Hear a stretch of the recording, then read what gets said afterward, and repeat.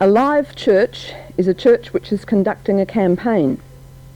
When a church sheathes its sword and ceases to attack evil, it dies. So said the South Australian Methodist newspaper, the Australian Christian Commonwealth, in October 1923. By this definition, the churches in South Australia in the 1920s and 1930s were certainly alive. Not only were they conducting campaigns against particular evils, but also their rhetoric and actions were evidence of their belief that it was their role to shape society according to Christian values and standards. In the years following the Great War, many people were concerned to build a better society, and some Christians believed that they had a special responsibility in this task. We would do well to examine ourselves, our theories, our actions today, we who take the name of Christ. An awakening social conscience is discovering the injustices in operation within the present system and demanding justice. It is becoming alive to those things that are outrageously out of harmony with the mind of Christ. It was not time for the churches to sheathe their swords. Now, if from our perspective the voice of the churches seems in the 1920s and 1930s to have been amazingly loud and clear, and also rather unsophisticated and naive, it is well to remember two things. Firstly, the church was larger as a proportion of the population then than it is now. And secondly, it offered its social wisdom to a society which was, in terms of social analysis and criticism, significantly less sophisticated than it is now. This gave the churches a standing which they don't have in the 1980s, when they must compete with an enormously expanded company of academics, professionals, experts and consultants of all kinds, all offering solutions to the myriad social ills which beset individuals and society. In my thesis, as Rob has indicated, I looked at the 6 issues which, in my judgment, most concerned the 8 major South Australian churches in the period between the 2 world wars. I usually make people guess what these 8 major churches were, but I'll tell you. In order of size, starting from the largest, they were Church of England, Methodist, Catholic, Presbyterian, Lutheran, Baptist, Congregational and Churches of Christ. And the issues were alcohol, gambling, Sunday observance, religious instruction in state schools, poverty and unemployment, and war and peace. On all these issues, the churches developed and maintained significant debate. What I'm going to do tonight is to talk about just some aspects of the church's involvement with 3 of these issues: gambling, poverty, and Sunday observance. Let me deal first with gambling. Throughout the interwar period, the South Australian churches were concerned about gambling. Although there were denominational differences in their attitudes, most church people would probably have agreed with the 1925 statement of the Council of Churches in South Australia that, in gambling, they were faced with a first-class social question. Even the Catholic Church, which had little to say about gambling and which did not participate in the campaign against the extension of gambling facilities in the 1930s, held that while there was nothing intrinsically wrong in betting, there was much that was extrinsically vicious and wholly deplorable. But even among the Protestant churches, views on gambling were by no means uniform, and there is evidence that in some denominations there was a discrepancy between public pronouncement and private behaviour. In 1929, an incident occurred which highlighted the views of the denominations on the gambling question. News came from South Africa that the Methodist Church there had been offered part of a sweepstake prize. It had refused to accept it. The Register sought opinions on this from some South Australian church leaders. Methodist, Baptist and Congregationalist leaders declared against accepting the money, with the strongest statement coming from the chairman of the Congregational Union, the Reverend C.E. Tapp. No matter what the amount was, he said, such an offer would not appeal to the Congregational Union, and I think I can safely say it would never be prepared to accept any gift of the kind. The Presbyterian moderator, the Reverend W. Gray, however, was unsure about what his church would do, although it was against all betting. He confessed that it had accepted a gift from the Port Augusta Racing Club for the Australian Inland Mission, but there had been considerable debate over that. Characteristically, the Anglican response was divided. The Dean of Adelaide said emphatically that his church would not accept such a gift, but Canon Percy Wise, well known for his outspokenness and his conflicts with his bishop over his extreme Anglo-Catholicism, claimed that, of course, he would accept the money. Why not, he asked. It's a perfectly fair thing. Apparently no Catholic opinion was sought, but the toleration that the Catholic Church showed towards gambling was well known. Church attitudes to gambling and actions against it were of two distinct kinds. In the 1920s, when there were no major changes to the laws pertaining to gambling, the main thrust was educational, and the churches had considerable success in promoting the rejection of all forms of gambling amongst their own members and in bringing up a new generation of Christians to be non-gamblers.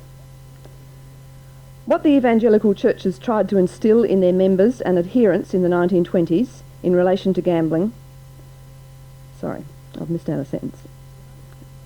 In the 1920s they concerned mainly with education. In the 1930s, however, the situation changed dramatically. In response to the government's plans to increase the opportunities for legalised gambling, the churches entered the public arena and fought against the proposals with some success and with increasing skill and assurance. What the evangelical churches tried to instill in their members and adherents in the 1920s in relation to gambling was the same kind of unswerving hostility that many of them felt towards alcohol. Gambling, they believed, was ever associated with the most worthless and vicious elements in the community. This was usually asserted and assumed to be self-evident, rather than in need of demonstration from evidence. When the churches did attempt to explain, through reasoned argument, why gambling was wrong, they usually began by maintaining that gambling was a form of theft, even if it was theft by consent.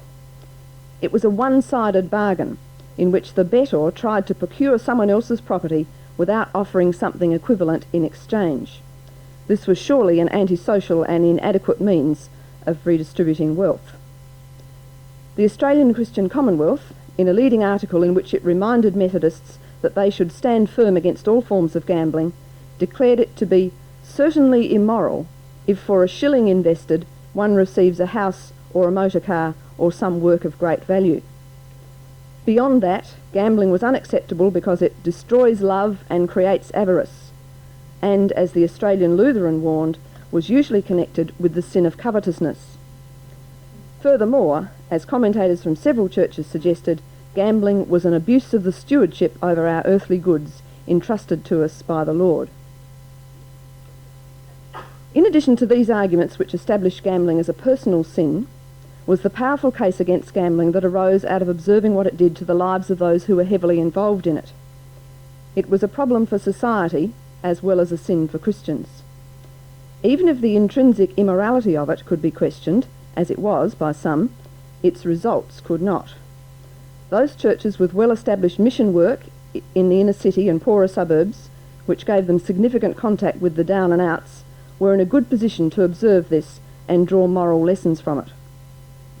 The Methodists were to the fore in this. They often made their social service department rallies at conferences an occasion for highlighting the broad social implications of gambling, the harlot, the vampire, which feeds the prisons and debauches young manhood, and undermines the frugality, the industriousness and the homes of those in its sway. The Methodists also employed this line of argument on other public platforms. In 1930, the superintendent of the social service department sent an open letter to the Premier and all the members of Parliament in which he claimed, "Gambling spoils the man, injures his home, unfits him for honest commerce, destroys his social and civic qualities, ruins his recreations, and works untold mischief and misery in all his relationships." This was heady stuff. And at this point it may be useful to look at a few slides. These are taken from the church press of the 1920s and 30s, and they underline the intensity of the feeling that existed about the issues of gambling and also of alcohol. Some of you may be disappointed that I'm not actually talking about alcohol tonight, but if you're interested you can read my article which was published in the Journal of this Society last year. These slides not only give us some sense of the spirit of the time, but they also indicate some of the differences in approach which kept the nonconformists apart from Catholics and some others. The first is from the Patriot, which is the Prohibition and Temperance magazine of the South Australian Alliance from 1922. It's an indication of the kind of feeling which existed amongst the churches against alcohol. This is also from the Patriot in 1922. It suggests that sobriety was very clearly associated with upward social mobility. Stop drinking and even the house which you live in becomes a bungalow rather than a terrace house. Christians who supported prohibition in 1920 argued that it was good for the economy, even for those people who were already growing grapes. And they saw themselves as Democrats, protectors of the people against the malign influences of the liquor traffic. Now, those were distinctively nonconformist views. The Catholic Church bred a quite different culture, and I include this to indicate how different Catholic culture was. You can see on that slide evidence of Catholic involvement in dancing, euchre parties, horse racing, hotels. Such things were never seen in the press of the Protestant churches. This is from the Catholic weekly, The Southern Cross. The Australian Christian Commonwealth, the Methodist paper from 1933, and this is an example of the kind of educational process which was going on in the nonconformist churches all the time. This is an attempt to raise this next generation of non-gamblers, and it was, as we shall see, particularly successful. This is from the Baptist Record in 1934, and it puts together concern on two major issues, alcohol and gambling, and it indicates the concern for the churches to get their members involved in public action, legislative action, to do away with these evils. It wasn't enough for Baptists not to drink and not to gamble. They had to change the laws and the tone of society as well. These are comments from the Australian Christian Commonwealth in 1934 on a little pamphlet called A Sport Without a Smile, written by the Reverend Percy Chennell, who was the Methodist minister at Kapunda, which sold tens of thousands of copies. Chennell was a very influential advocate of the churches before royal commissions, as we shall see later on. And this little pamphlet had great impact, at least within the churches. And finally, this is an example from the Southern Cross, the Catholic paper of 1927, of a quite different attitude towards the responsibility of the churches to shape the life of the community. The Catholic Church saw compulsion in relation, in this case, to alcohol, but also to gambling, as a remedy fatal to morals. People needed to be tempted and to withstand the temptation. Do away with the evil and you allowed them to become weak and flabby. From the 1930s, it became clear that propaganda within the churches was not sufficient. Proposals by the newly elected Hill Labor government to introduce legislation to establish a state lottery and licence premises for off-course betting prompted a different kind of anti-gambling campaign. The churches saw this as an attempt to make gambling respectable and were convinced that this would entrench what was already an admitted evil. And it was an admitted evil that the government was trying to combat, at least so far as bookmaking was concerned. Although the proposal for a state lottery was chiefly motivated by its revenue-producing potential, the plans to licence bookmakers had more to do with the failure of government to enforce the existing laws in relation to bookmaking. Since the Depression had brought about a marked decrease in attendances at race meetings, and therefore also a marked decrease in legal betting, since this could only be indulged in at the racecourse, many more starting price bookmakers had established themselves illegally in hotel bars, billiard saloons and barbers' shops. An increasing volume of betting was thus being carried out in defiance of the law, often in an environment that bolstered the relationship between drinking and gambling. These developments, and the possibility of some government action that would affect them, concerned the racing clubs as well as the churches, of course, and many members of the general public, though not always for the same reasons. The racing clubs, whose business was harmed by the proliferation of off-course bookmakers, sent a deputation to the Premier in August of 1932. They wanted the government to licence on-course bookmakers, arguing that the totalisator, which already operated at racecourses, was not sufficient to attract punters away from the hotels and billiard saloons and back to the racecourses. They were suggesting a course of action that they claimed would control betting and save the government from the embarrassment of having its laws constantly defied. The churches disagreed, believing that an evil controlled and brought within the law was not only still an evil, but probably an evil reinforced. The level of agitation about the situation was sufficient for the government to establish a Royal Commission on betting in 1932. Those groups most directly interested in reforming the gambling laws to their own advantage, namely the racing clubs, and those most unequivocally opposed to gambling, namely the nonconformist churches, provided the bulk of the evidence. The representatives of the churches received a good hearing, though it was clear that the commissioners were more impressed with detailed practical evidence about the actual gambling situation in South Australia than with generalised denunciations of the evils of gambling. Probably the most effective witness was the Reverend Bernard Tuck, a Baptist minister who appeared as Secretary of the Council of Churches. He reported at length on his first-hand knowledge of illegal bookmaking and betting in Adelaide's hotels and billiard saloons. He revealed a very clear understanding of how illegal gambling operated, and also a certain amount of personal cunning and skill in gathering evidence, not to mention a readiness to spend his Saturday afternoons in ways not usually adopted by Baptist pastors. He was closely questioned by the commissioners to determine the credibility of his evidence, and was recalled for further questioning on a second occasion. This did not happen with other witnesses, and so reflects something of the status accorded his evidence. The Royal Commissioners reported in September 1933 and were in accord with the churches on some points. They agreed that betting is not inaptly described as a mug's game for everyone but the bookmaker. It is a foolish occupation and a mere luxury, and has nothing to recommend it in the eyes of a sober-minded, prudent individual. But to the church's dismay, the commissioners went on to recommend that on-course bookmakers be licensed and an off-course totalisator be established.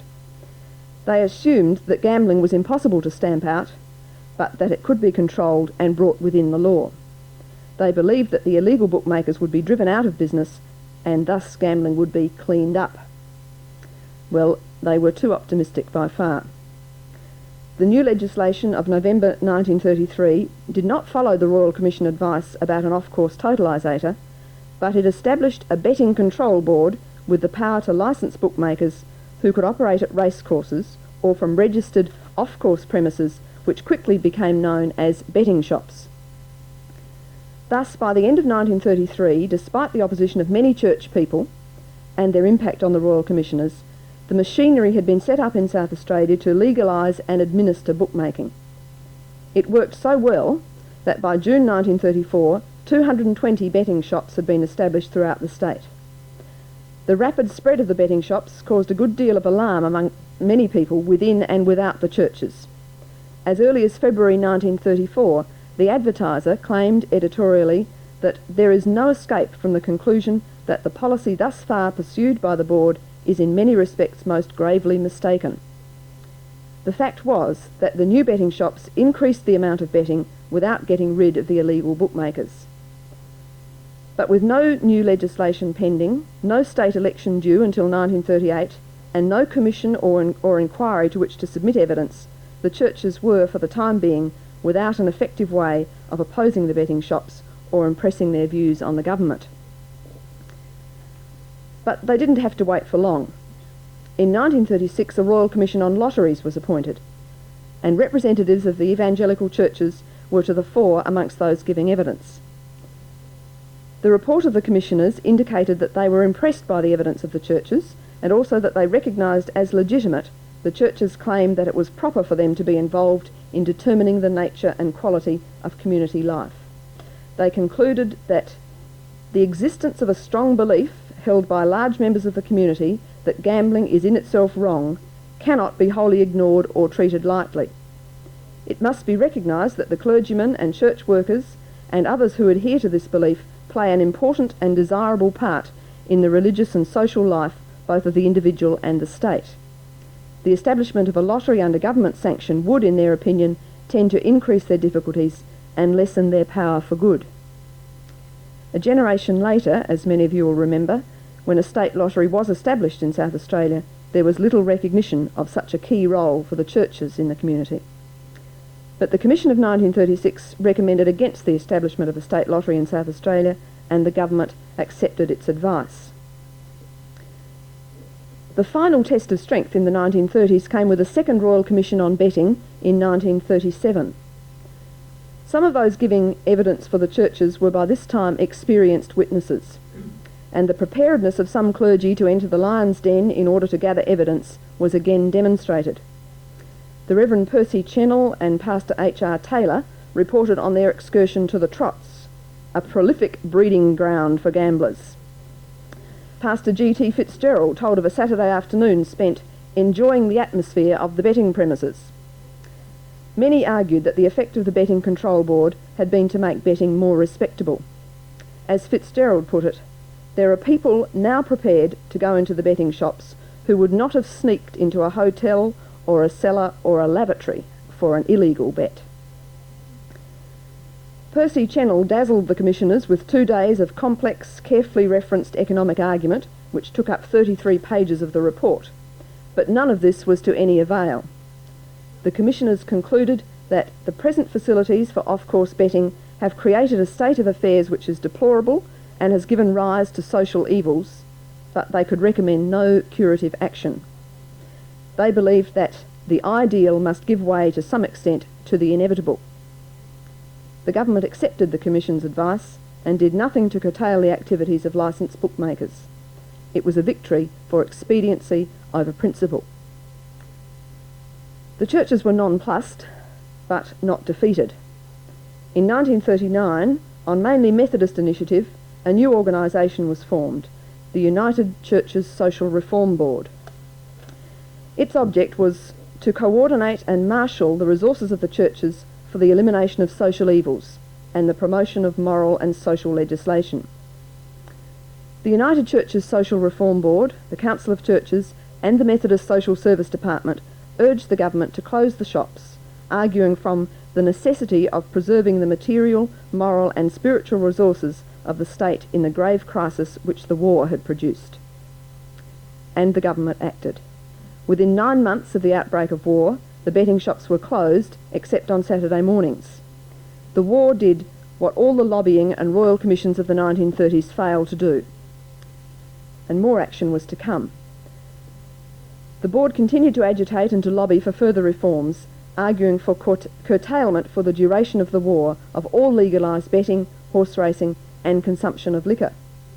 Its arguments stressed waste and weakening of the national effort, and as Australia's involvement in the war became more demanding, the Church's concerns were seen to be increasingly in line with those of the government. Under wartime regulations, the government banned horse racing from March 1942 until October 1943, and when racing began again, the betting shops remained closed. The line of argument which then emerged in the churches who were opposed to the betting shops was that they should not be reopened without a referendum, and that no new off-course premises should be registered unless citizens had shown their support through a local option poll. In 1946, the government acted, banned betting shops in the metropolitan area and gave the Betting Control Board the right to determine the number of premises in country areas. It was to hold public hearings at which local citizens and councils were to put their views, and licences were to be granted only if this was in line with prevailing local opinion.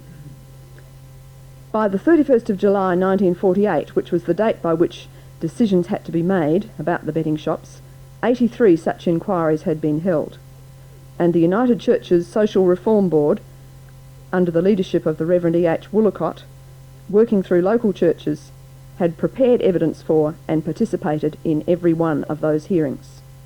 It acted almost as an official opposition to the Bookmakers' League, and was probably surprised at the extent of its success. It was only in Port Pirie that the betting shops were ever reopened. The effectiveness of Woolacott and other activists on the United Churches Social Reform Board in exploiting the government's concern over the betting shops was remarkable. Not only were they able to arouse and sustain the enthusiasm and draw together the skills to maintain a long, complex and tiring campaign, but they revealed themselves as shrewd tacticians. They did not rely on preaching or moralising. They did not expect an argument against gambling that might have satisfied their kindred spirits in evangelical churches to impress the government or the general public. They displayed the ability to adapt their arguments in order to gain the most effect from different situations. During the war, for example, their emphasis was on national efficiency. After the war, they appealed instead to the democratic ideals of the sacredness of the will of the people and the right of local communities to a say in the building of their own social environment. They had, in short, learnt a good deal about the art of campaigning against social evils, and it was no doubt at least partly due to their efforts that the Betting Control Board itself admitted in 1947, in terms quite similar to those that the churches often used, in our opinion, objections to betting shops on the grounds of apprehended neglect of domestic obligations and inducement to young men and women to gamble have been sustained. The second issue that I'm going to talk about tonight is well-kept Sundays. The Sunday question was not in the 1920s and 30s a new one. It had come from Great Britain with the colonists as part of their custom and their ingrained, though perhaps not very clearly analysed, religious outlook. It had been recognised as an issue of importance among many South Australian Protestants since the early days of the colony. Catholic views about how Sunday should be used varied considerably from Protestant views, but it was the Protestant and especially nonconformist views, so influential in early South Australia, which bequeathed to the colony the kind of Sundays which some found dull and purposeless and others found a great boon. Business houses, banks, public offices, hotels, places of public entertainment and most shops were closed. Public transport ran only in the afternoons, no official sporting fixtures were held, and until 1879 the public library, the museum and the botanic gardens were closed. And as Douglas Pike has reminded us, even the gates and swings in children's playgrounds were carefully padlocked each Saturday night. Sunday observance, which was effectively reinforced among churchgoers by the example and opinion of fellow Christians, was of great symbolic importance. For Protestants, it was a test of whether or not they were imbibing the spirit of the world. It was also a sign of the church's influence in the community. No one, Christian or otherwise, could be compelled to observe the sanctity of Sunday, but the churches, by the example of their members and by their attention to public infringements of Sunday observance, could encourage the government to reinforce their values and views and limit the number of alternatives that might detract from the church's work. The extent to which Sunday was observed in the way that churches wanted it to be was one measure of the extent to which they were an influential force in the community. By the early 1920s, the erosion of Sunday as a day set apart and not just another Saturday was well advanced. For a large part of the community, Sunday had become merely a holiday, and the Protestant churches, far from resigning themselves to this view of Sunday, were active and alert in opposing every new extension or manifestation of it by every means available to them. And there was much to oppose. There was the increasing incidence of organised sport in the parklands, the opening of amusement places, the relaxing of bylaws concerning Sunday trading, property inspections, tennis and golf tournaments, rowing races, concerts, private picnics and outings, and the increased provision of public transport, the most offensive example of which was the flagrantly secular Sunday railway hike into the Adelaide Hills. In addition to this, the rapid growth of private car ownership during the period changed many people's leisure patterns, providing them with attractive new recreational options. According to the upholders of the traditional Sunday, these Sunday activities, although not wrong in themselves, were at least regrettable. They drew people away from church, but more than that, they were symptoms and examples of Sabbath desecration, which was not infrequently decried as an evil on a par with other first-class issues such as intemperance and gambling. Christian defence of Sunday was frequently not understood by people outside the churches. It was easily derided as killjoy or petty, especially when it set Christians at odds with good causes and made them appear mean. However, there's little evidence that I could find to suggest that South Australian Sabbatarians were primarily motivated, as Wigley maintains their counterparts in Great Britain were motivated, by a perverse reluctance to enjoy oneself on Sundays and a determination to stop other people enjoying themselves too. If their actions looked like that to others, I would suggest that that says more about the difficulties of communication and understanding between church and non-church people than about the motivation of church people. Church statements frequently referred to the value to the whole community of the traditional Protestant Sunday. It was a heritage of incalculable value, necessary for mental, moral, spiritual and physical development. Quite apart from its religious significance, there were abundant humanitarian reasons for maintaining a wise distinction between Sunday and other days. These reasons were explained in a united appeal published in June 1924 over the names of the leaders of all the churches except the Catholics and the Lutherans. I'll read it in full because I think the import of this issue is rather hard to grasp in 1988. Dear fellow Christians, we who have been called to lead Christian communions in the state desire to call the serious attention of the community to the growing secularisation of the Lord's Day. The increasing tendency to disregard the sanctity of his day and to treat it as though it had no great distinction from all the other days of the week is, we believe, involving our national life in very grave danger. Persons of all classes in this state who have the opportunity for sport and amusements on other days are often prominent in their disregard of Sunday and its claims, to the great injury of the young life of the nation. We have no desire that the Lord's Day be associated with gloom and depression, but we feel bound to call attention to the violation of the fundamental purpose of this divine institution, which is so great a feature of our Christian heritage. That purpose we hold to be worship and rest, and to treat this purpose lightly is to strike at the very roots of life and society. It is subversive of the moral and spiritual well-being of our nationhood and is opposed to the spirit and teaching of Christianity. We believe that the time has come when Christian leaders should speak with no uncertain voice on the dangers involved in this regard and point out the great blessings of a right observance of a day of rest. Now, that's not an isolated example. Nonconformist church leaders and the Council of Churches continued throughout the 1920s and 30s to call for the rigid maintenance of Sunday as a day of rest and to argue that this was of benefit to the whole community. Sometimes their reaction to the growing lack of respect for Sunday amounted to outrage, as this 1932 comment from the Baptist Record indicates. The editor, after arguing that lax observance of Sunday went hand in hand with lapses from religion and morality, lamented, "Never in living memory has there been such desecration of the Lord's Day as there is at the present time. Only a few years ago, a man working in his front garden on a Sunday would run to the back of his house whenever he noticed church people passing along the street. Then he had at least that much shame for his action and that much respect for those who reverence the holy day. But there is no such shame or respect shown today by very many people. The holy atmosphere of church services is continually disturbed by hammering and other hideous noises made by people in their amusement and work.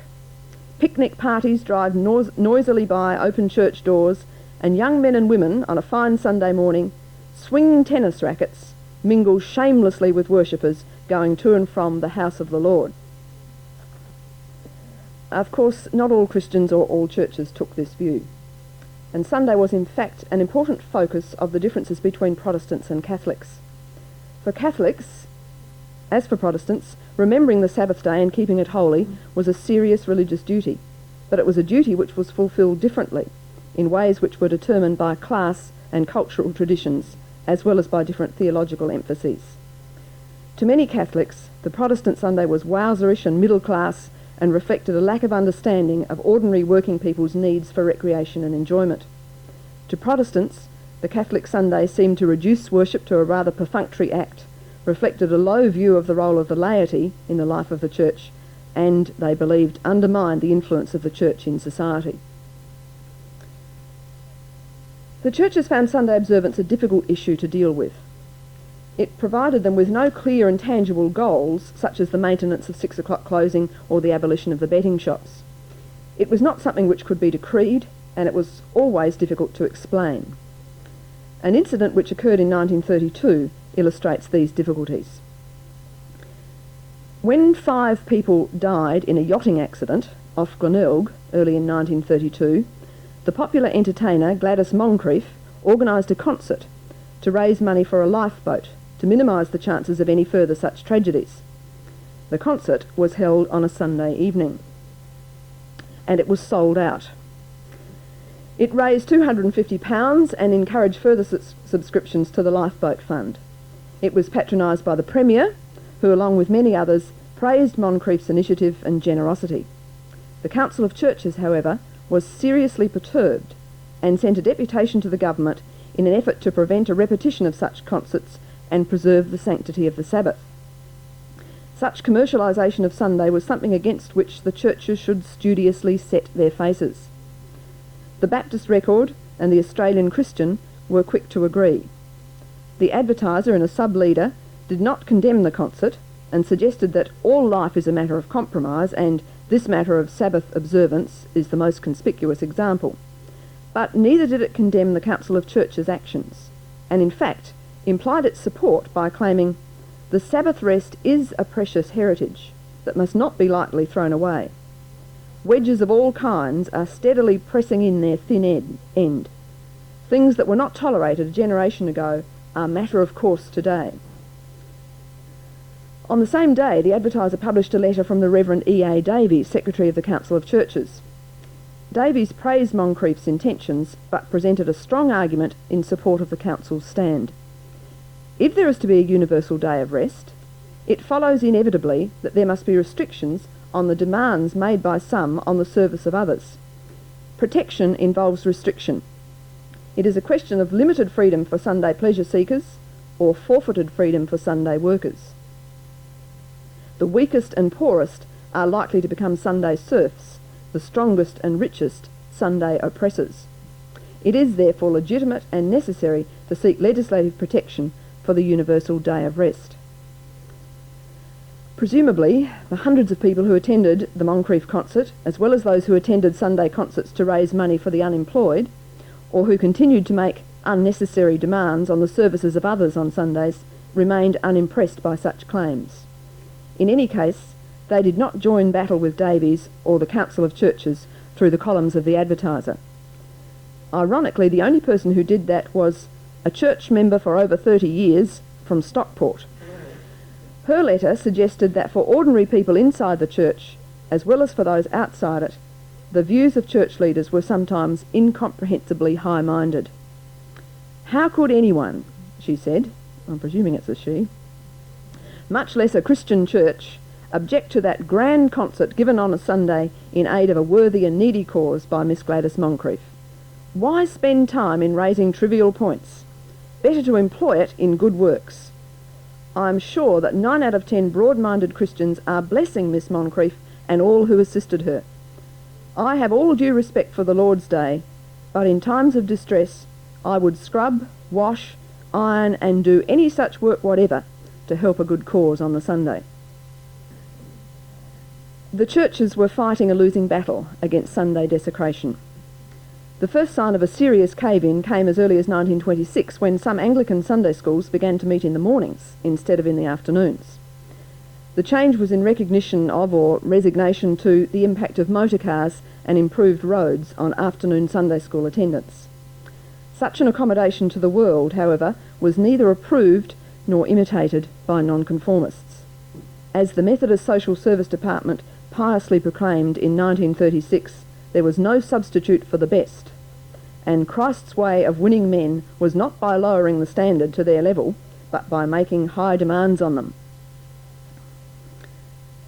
And so, though the incursions into Sunday continued unabated, many Christians were to maintain their personal witness to the sacredness of Sunday for, in some cases, decades to come.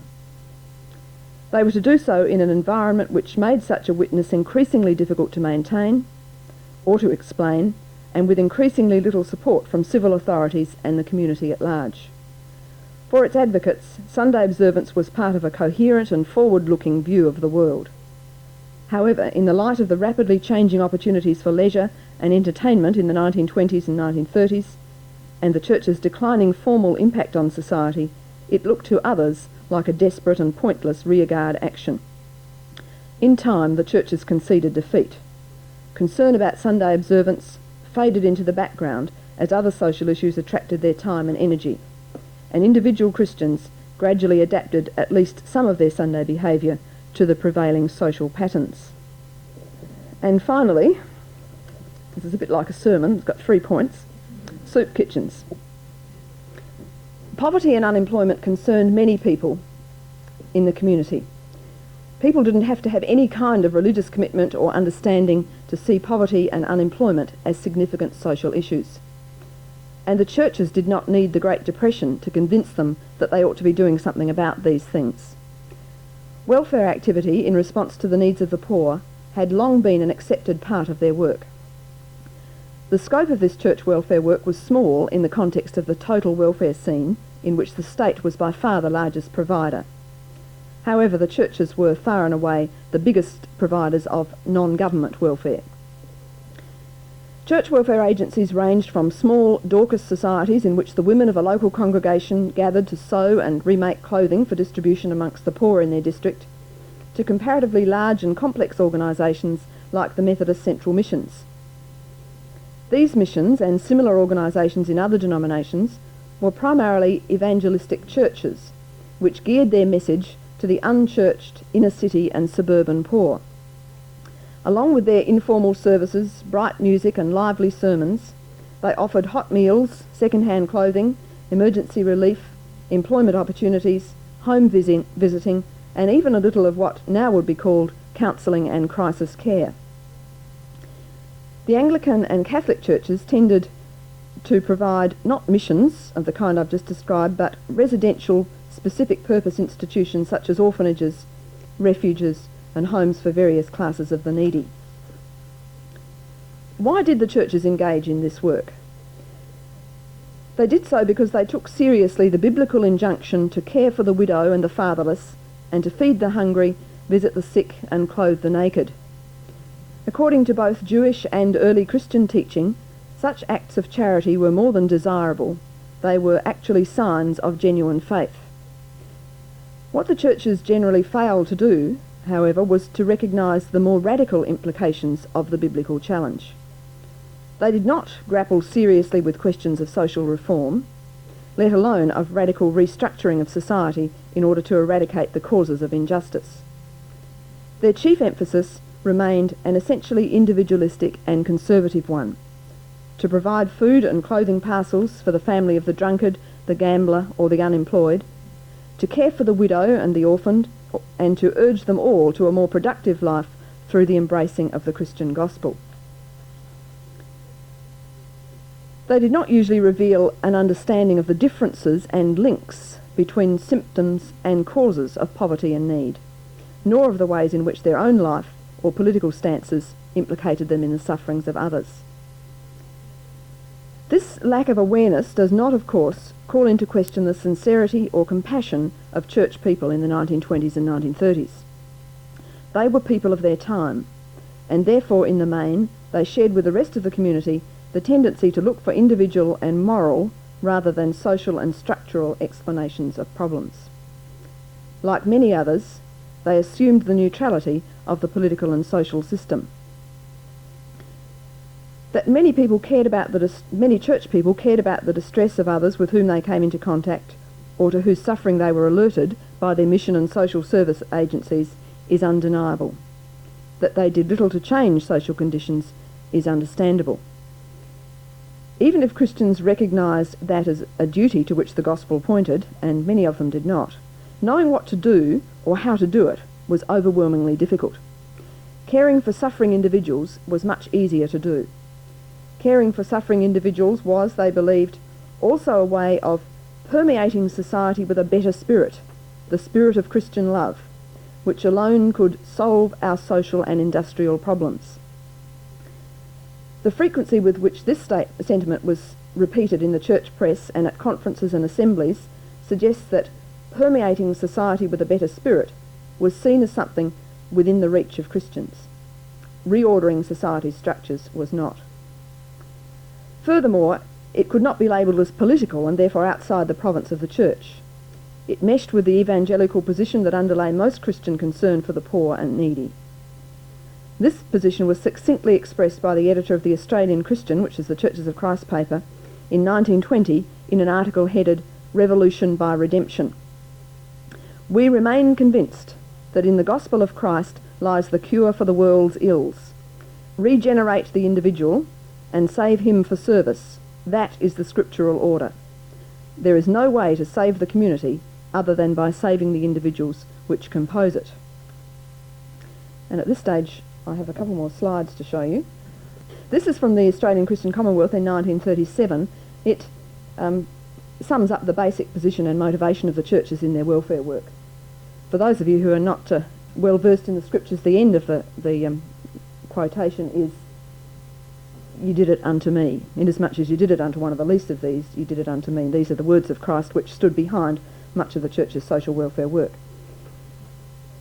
This is also from the Australian Christian Commonwealth from 1936. This kind of appeal, which was little more than begging and was highly emotive, and which, if you can read the fine print, treated symptoms rather than causes, was repeated week after week, month after month, in the Methodist and in other papers. This next one is from the South Australian Congregationalist. This is from 1935, and this advertisement appeared in precisely that form. Those three advertisements were blocked together. It's an interesting example of the contradictions which existed in the churches and within society, and with which Christians did not appear to take issue.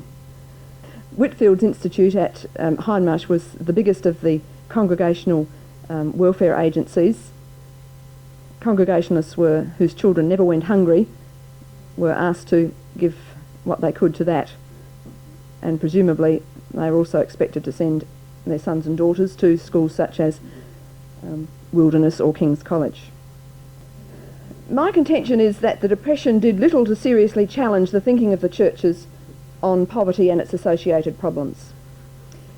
The greatest effect of the Depression on the work of the churches was to encourage them to do more of the same, though the immensity of the problems and the suffering did encourage a greater level of imagination and innovation in welfare work, as well as a greater volume. And a few examples will indicate this.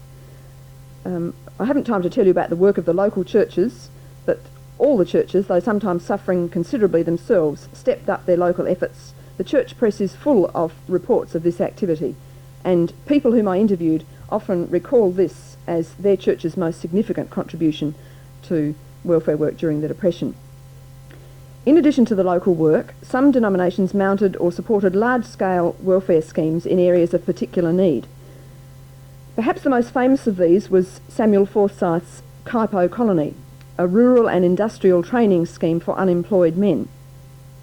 Because it is comparatively well known, I will not dwell on it here, except to say that for all its appeal as an experiment in self-help, and despite the undoubted benefit it was to some needy men, it was not a scheme which challenged the existing social order. It offered no solution to the unemployment problem, but by removing single men from the city and suburbs, and thus seeming to reduce the threat to social order, and by requiring them to work rather than just accept sustenance, it made many South Australians feel more comfortable. Thus, Kaipo, while appearing among the range of church responses to the Depression as innovative and imaginative, actually took strength from conventional wisdom and conventional values. Perhaps not quite so well known was the Depression program of the Port Adelaide Central Methodist Mission. At the port, the Reverend Thomas Willison established a fishing fleet. In economic terms, this was no more sensible than were the attempts at small-scale agriculture in a period of severe depression. But for Willison, this was not the issue. What mattered was getting men to work, and thus to rebuild their self-esteem, while producing something of immediate value for themselves and their families. He acquired 9 boats for the mission during 1930 and 1931. Unemployed men from among the mission's clientele fished the waters of Spencer and St Vincent's Gulfs from these boats. In August 1932, Willison reported that the scheme was working with moderate success. He judged it to be hard work and believed that the men earn every penny they make at this dangerous and uncomfortable work. In October of 1931, Willison was enabled, through the donations of two generous gentlemen, to purchase a 70-foot steamer named Gertrude. This vessel fished the waters of the west coast of South Australia, and from mid-1932, when she was altered so as to be able to catch crays and carry live fish to market, the profitability of her trips was significantly increased. During the 8 months of 1932 that Gertrude was in service on the west coast run, her crew earned on average £2 per week in addition to their keep. Willison lost no opportunity to create employment and replace handouts with self-help. During the summer holiday period of 1932-33, he had Gertrude running excursions from Henley Beach and Glenelg to the port, and also fishing excursions into the Gulf. He hoped thereby to provide 6 weeks' work at the basic wage for 10 men, and on the 20th of January 1933 reported that the scheme had already paid £70 in wages and gratuities. When one of the smaller boats in the fleet was declared unseaworthy and had to be broken up, Willison reported that some young men were making wages out of it by selling rope, masts, rigging and timber. It's not clear how many people were supported by the Port Adelaide Central Mission's fishing fleet. Like Kaipo Colony, its impact could not be measured in simple numerical terms. Willison believed its harvest went beyond the fish. It tends to save lives as well as souls. The mission was not without its critics. At Port Adelaide, severe industrial unrest added a volatile atmosphere of class conflict to the other problems of the Depression, and the mission found itself under spirited attack from some workers. Willison claimed that communists called him a social parasite and charity broker, a soul snatcher and dope peddler, a Bible puncher and slimy tool of capitalism.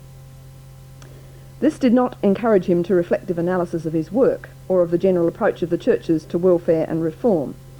In fact, he regarded the attack as a great honour, as it proves that the influence of the mission is a big preventive factor to them reaching the goal of their illicit desire.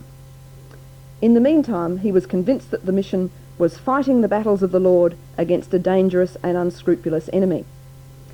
One measure of Willison's accomplishments was that the communist leader, Patrick Fanning, was converted through his ministry. And in 1934, when Willison left Port Adelaide, the Waterside Workers' Federation was among the many organisations and individuals who petitioned the Methodist Conference not to move him. Meanwhile, in the poorest quarter of the city of Adelaide, St Luke's Anglican Church was developing into a significant centre of welfare activity. Before the Depression, it had carried on welfare work in a small way, but it was the work of the Reverend J.B. Montgomery, rector from 1933 to 1939, which established St Luke's reputation as a dispenser of social welfare. And it still has that reputation, of course, and is again in the news. Montgomery was concerned about the needs of the children in his parish and used the press and the radio to publicise and gain support for his work amongst them. The response was such that he was able to run at St Luke's the cheapest restaurant in Adelaide. A hot 2-course meal was served daily during the winter. This was provided free to 200 needy children from the nearby Sturt Street School, and at the price of 1 penny to others. Along with the food, the children were given some lessons in gentility and good behaviour. Grace will be said, and every child will come with clean hands. From time to time there will be little talks to the children. There will be a competition for the table that makes the least mess or noise, and a weekly prize for the winners. Mrs. Montgomery organised the serving of the food, assisted by a volunteer band of 80 ladies from the city and suburbs, who had responded to the rector's radio broadcasts.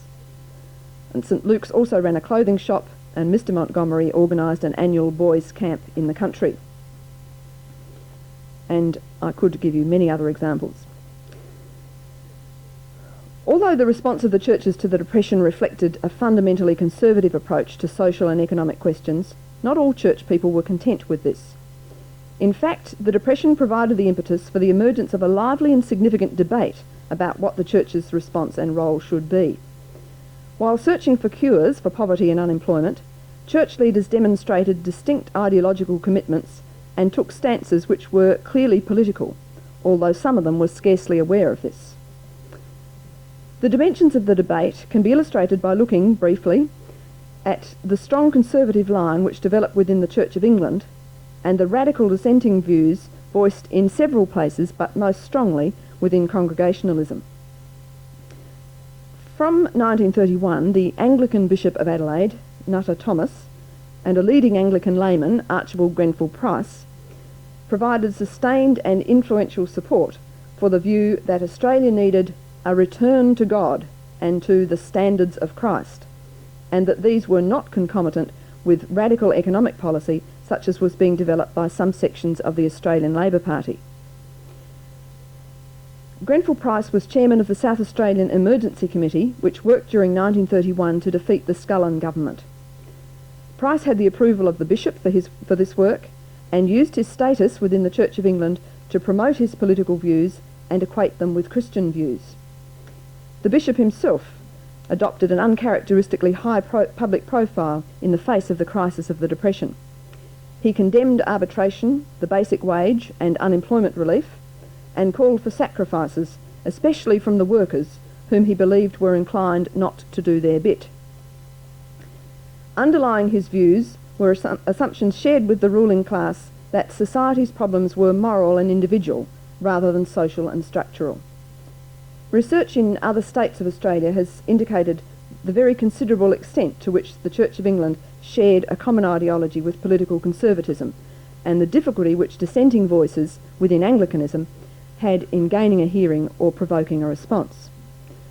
The 1931 Adelaide Diocesan Synod provided a powerful example of this. At Synod, the Price-Thomas line of argument, which was in favour of blaming the victim and against state intervention, triumphed, and public reaction was strong. Many people saw the Synod's line as clearly a party line. While Price, Thomas and others claimed to eschew political intervention in the economy and implied that an unregulated economy would be politically neutral, they were in fact taking sides. If the bishop were a politician, concluded the editor of the Advertiser, he would possibly be open to the charge of having expressed an extreme party political view. Other people accused him of encouraging selfishness, unscrupulousness, exploitation, sweating and economic suicide, and of wanting to turn the clock back to the pre-1907 days when workers had no guarantee of wage justice.